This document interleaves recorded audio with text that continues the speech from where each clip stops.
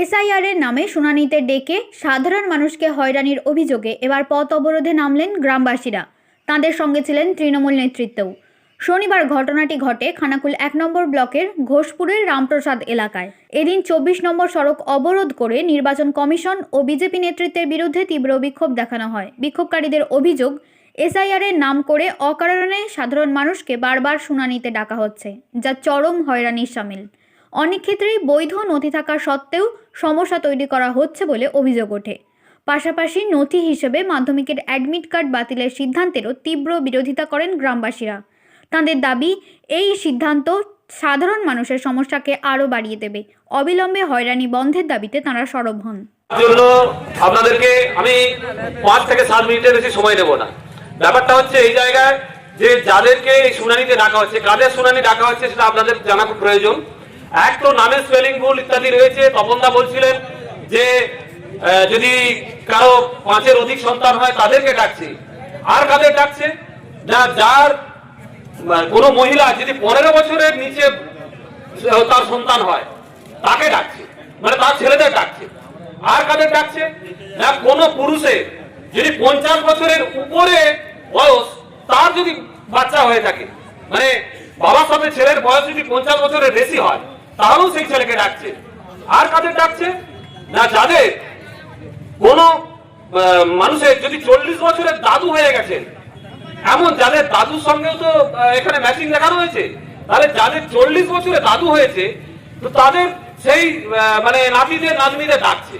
তাহলে এটা তো আপনাদের ভাবতে হবে, আমাদের ভাবতে হবে সকলকেই, যে আমরা যারা যে আর্থসামাজিক পরিস্থিতিতে বাস করি, আমাদের যে ছেলেপুলেরা বা আমাদের যারা নাতি নাতনি যে সময়কার, তো তারা ওই সময়ে ওই আর্থসামাজিক অবস্থাতে কখনোই ওই বয়স মেনটেন করে কারো বিয়ে বা ছেলেপুলে হয়নি।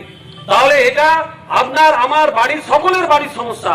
এর জন্য আপনারা এই যে সামান্য সময়টুকু আমাদের দিয়েছেন, তার জন্য আমাদের ঘোষপুর অঞ্চল তৃণমূল কংগ্রেস কমিটির পক্ষ থেকে আপনাদের সকলকে ধন্যবাদ। সকলকে আগামী দিনে সাথে থাকবেন এই আহ্বান জানিয়ে সবাইকে শ্রদ্ধা, ভালোবাসা, নমস্কার জানিয়ে শেষ করছি।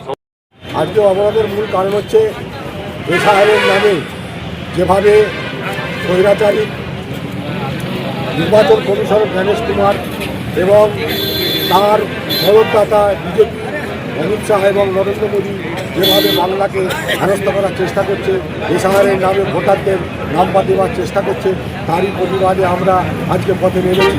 পথে নামার উদ্দেশ্য হলো যে আমরা জানি এই বাংলা শিক্ষার দিক থেকে 2 নম্বরে, ভারতবর্ষে 2 নম্বরে অবস্থান করে।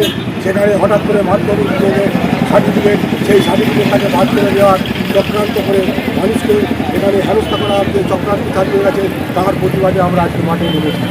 এবং এসআইআরের মাধ্যমে যে সমস্ত মানুষকে হেয়ারিংয়ে ডাকা হচ্ছে, যে সমস্ত বৃদ্ধ এবং হ্যান্ডিক্রাফট মানুষকে যেভাবে হেনস্থা করা হচ্ছে, মহিলাদের, গৃহবধূদের যেভাবে হেনস্থা করা হচ্ছে, তার প্রতিবাদে আমাদের এই অবরোধ। এবং সেই অবরোধে আমরা সকলের কাছে ক্ষমা প্রার্থী, যাতে করে মানুষকে কষ্ট দিয়েছে তাদের কাছে আমরা ক্ষমা প্রার্থী। কেন্দ্রীয় নির্বাচন কমিশনের পক্ষ থেকে যেভাবে হ্যারাসমেন্ট করা হচ্ছে, আমরা দেখেছি যে রাজ্যের বিভিন্ন প্রান্তে বিভিন্নভাবে দেখা যাচ্ছে অবরোধ চলছে, কোথাও বিডিও অফিস ভাঙচুর চলছে। এটা কি সম্পূর্ণভাবে কেন্দ্রীয় নির্বাচন কমিশনার পক্ষপাতিত্বভাবে কাজ করছে বলে মনে করছেন? এটা আমরা অবশ্যই মনে করি যে এটা অবৈধ যে সমস্ত ক্রিয়াকলাপ করছে নির্বাচন কমিশন গণেশ কুমার, তা বিভিন্ন রকম। আজকে যা আমরা কালকে দেখছিলাম যে প্রায় 200-250 বিএলও যারা ছিল তারা পদত্যাগ করে দিয়েছে। আঙুলি অত্যাচার এই মানুষদের উপরকে সাধারণ মানুষের উপর তারা প্রতিষ্ঠিত করার চেষ্টা করেছে, তার প্রতিবাদে তারা পদত্যাগ করে আজকে সরে গেছে। তো আমরা এই গণেশ কুমারকে আমরা ধিক্কার জানাচ্ছি যে প্রকৃত নিয়ম মেনে এসআইআর হোক, আমরাও চাই এসআইআর হোক। এসআইআরের নামে যেভাবে নাগরিকত্ব মানুষের কেড়ে নেওয়ার চেষ্টা করছে, চক্রান্ত করছে, সেটাকে তারই বিরুদ্ধে আমরা প্রতিবাদ করি। আরেকটা অভিযোগ উঠছে, যেখানে দেখা যাচ্ছে একটি বুথে 800,000 ভোটার, সেই জায়গায় 400-500 পর্যন্ত নাম এসে যাচ্ছে এসআইআর শুনানিতে। কি বলবেন? এরই বিরুদ্ধে তো আমাদের প্রতিবাদ, যে সেখানে যার ধরুন আমার নাম আছে, আমার ছেলেদিকে এসআইআরে ডাকা হচ্ছে, আমার ভোটার লিস্টে দীর্ঘদিন থেকে নাম আছে, বাবার নাম আছে, তখন ছেলেদিকে কেন এসআইআরে ডাকা হবে? এই সমস্ত চক্রান্ত করে 400-500 করে একটা বুথ থেকে মানুষকে হ্যারেস করা হচ্ছে। সেখানে উদবুদ্ধি চলছে, হুড়োহুড়ি চলছে, কোনো মানুষ অসুস্থ হয়ে পড়ছে এই এখানে লাইনে দাঁড়িয়ে থেকে। তো আমরা সেই সমস্ত এটা প্রতিবাদ জানাচ্ছি এবং আগামী দিনে যদি এর কিছু না সুরাহা হয় তাহলে আরও বৃহত্তর আন্দোলন হয়তো এখানেও নয়, তারা পশ্চিমবঙ্গ জুড়ে হবে। কতক্ষণ চলেছিল আপনাদের অবরোধ? আমাদের 8 ঘন্টা আমরা অবরোধে ছিলাম। অবরোধ এটা কাদের পক্ষ থেকে এই অবরোধের এটা কর্মসূচি? সাধারণ জনগণের পক্ষ থেকে। এইটা সাধারণ জনগণের পক্ষ থেকে, কারণ যারা হ্যারেস হচ্ছে তাদের পক্ষ থেকে আমরা এই অবরোধে বসেছি। আপনার নাম পরিচয়? আমার নাম ইলিয়াস চৌধুরী, আমি খানাকুল 1 নম্বর ব্লকের তৃণমূল কংগ্রেসের সম্পাদক কোর কমিটির সদস্য। বিস্তারিত যদি বলেন। আমাদের খুব কষ্ট। আমরা প্রথমেই আমরা জনগণের কাছে ক্ষমা চেয়ে নিয়েছি যে আমাদের কিছু করার নেই, জনসাধারণের জন্য এটা হচ্ছে। যেভাবে নির্বাচন কমিশন গণেশ কুমার যেভাবে প্রত্যেক দিন প্রায় প্রতিদিন একটা করে ফতোয়া দিচ্ছেন, এইটা করতে হবে, এই করতে হবে, এই করতে হবে, এতে করে জনসাধারণ খুব নির্যাতিত হচ্ছে। বয়স্ক মানুষজন মারা যাচ্ছে, হ্যান্ডিক্যাপ্ট মানুষজন হুইল চেয়ারে করে নিয়ে যাচ্ছে, অবস্থা খারাপ হয়ে যাচ্ছে।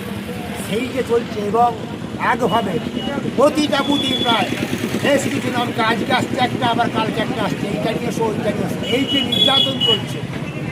বিজেপি সরকার নির্বাচন কমিশন গণেশ কুমারকে দিয়ে যেটা করাতে চাইছে, বাংলার মানুষের ভোটাধিকারকে কেড়ে নিতে চাইছে, তার বিরুদ্ধে সোচ্চার প্রতিবাদ আমাদের আজকে করছে।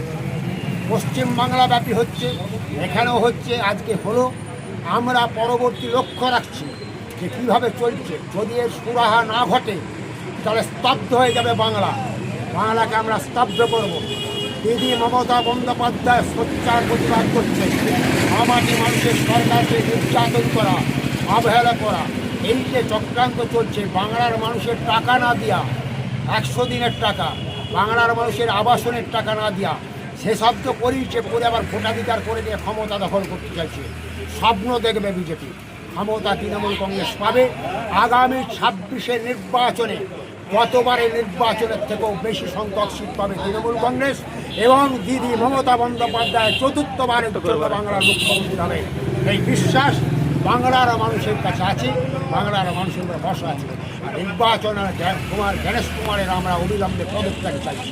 আপনার নাম পরিচয়? গৌরাঙ্গ ব্যানার্জি, খানাকুল 1 নম্বর ব্লক তৃণমূল কংগ্রেস কমিটি।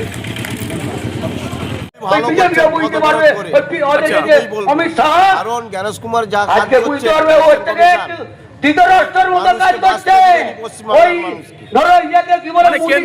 কেন্দ্রীয় যে নির্বাচন কমিশন সম্পূর্ণ কি ক্ষমতার অপব্যবহার করছে বলে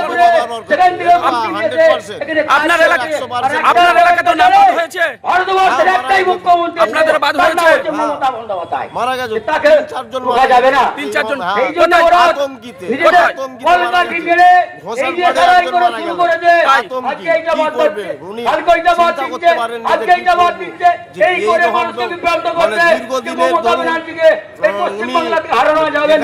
সেই দিনে তারা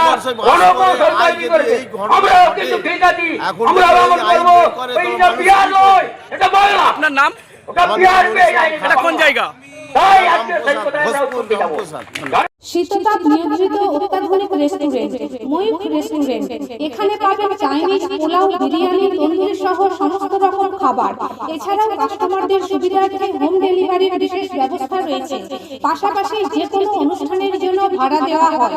আমাদের ঠিকানা খানাকুল হেলান সংলগ্ন তিলক চক। Phone number 8617492616 9732162360। সেরা খাবারের স্বাদ পেতে আজই আসুন ময়ূখ রেস্টুরেন্টে।